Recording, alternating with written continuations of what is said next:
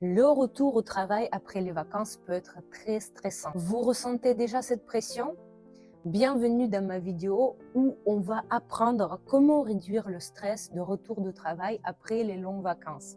Je m'appelle Maria, bienvenue sur ma chaîne. Si vous n'êtes pas encore abonné, n'hésitez pas de le faire pour ne pas rater les prochaines vidéos. Et je suis contente de vous voir pour partager mes astuces, comment je le fais moi en étant entrepreneuse. Comment font mes amis ou mes collègues qui j'ai interrogé avant de vous faire cette vidéo? Donc, c'est parti. Première chose, il faut se préparer en avance. En fait, le 1er septembre arrive, mais si vous rentrez des vacances où vous commencez à penser à votre travail juste le soir d'avant, ça va être très stressant pour votre corps. Tout naturellement, vous avez dormi mieux, vous avez moins de déplacements, vous avez moins de bruit, moins d'informations autour de vous. Donc votre corps va se dire hop, hop, hop, hop, hop, je ne suis pas prêt. Mais si par exemple une semaine avant la rentrée, vous commencez à prendre votre agenda, ouvrir un peu l'ordinateur, faire la veille ou bien même discuter un petit peu avec vos collègues pour préparer les projets de la rentrée, ça peut vous préparer et vous motiver davantage pour retrouver tout le monde, retrouver votre style de vie, retrouver votre bureau.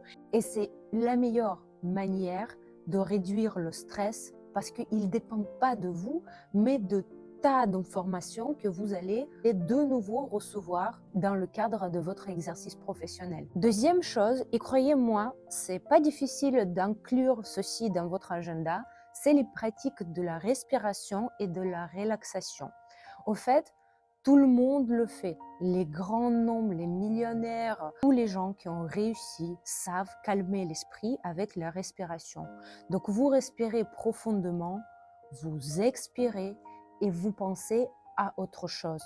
Si vous inscrivez dès le début de votre travail 5-10 minutes de la relaxation respiratoire dans votre agenda, ça ne vous mange pas de pain, mais vous allez voir quel effet ça donne.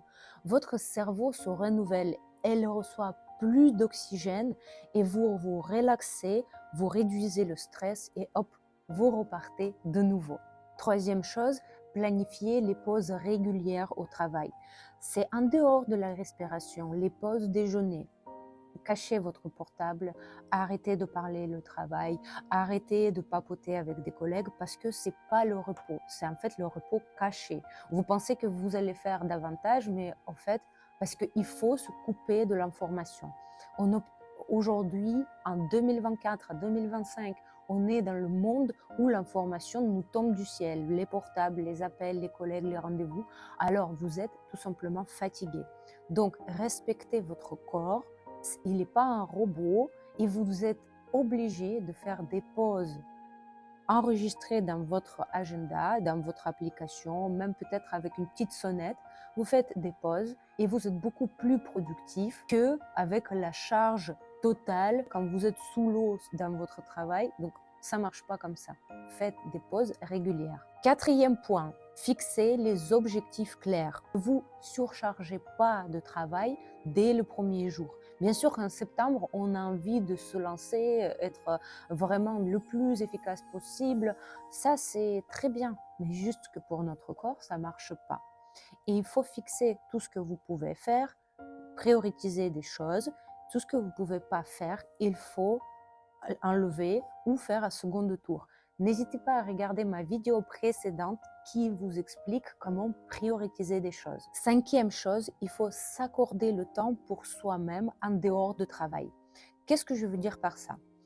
C'est trop beau, comme on dit, je reviens à la maison, je vais dîner avec la famille, mais ce n'est pas suffisant pour être en tête-à-tête avec soi-même. Chez les Américains, il y a même une place à la maison qui s'appelle une chaise de réflexion. Ça peut être un fauteuil, ça peut être un canapé bien confortable, mais où vous restez seul avec vos pensées, avec votre livre, avec votre petit podcast que vous pouvez écouter régulièrement. Mais vous vous reposez seul, sans le bruit des autres, sans les informations de votre épouse, de votre chérie, de vos enfants.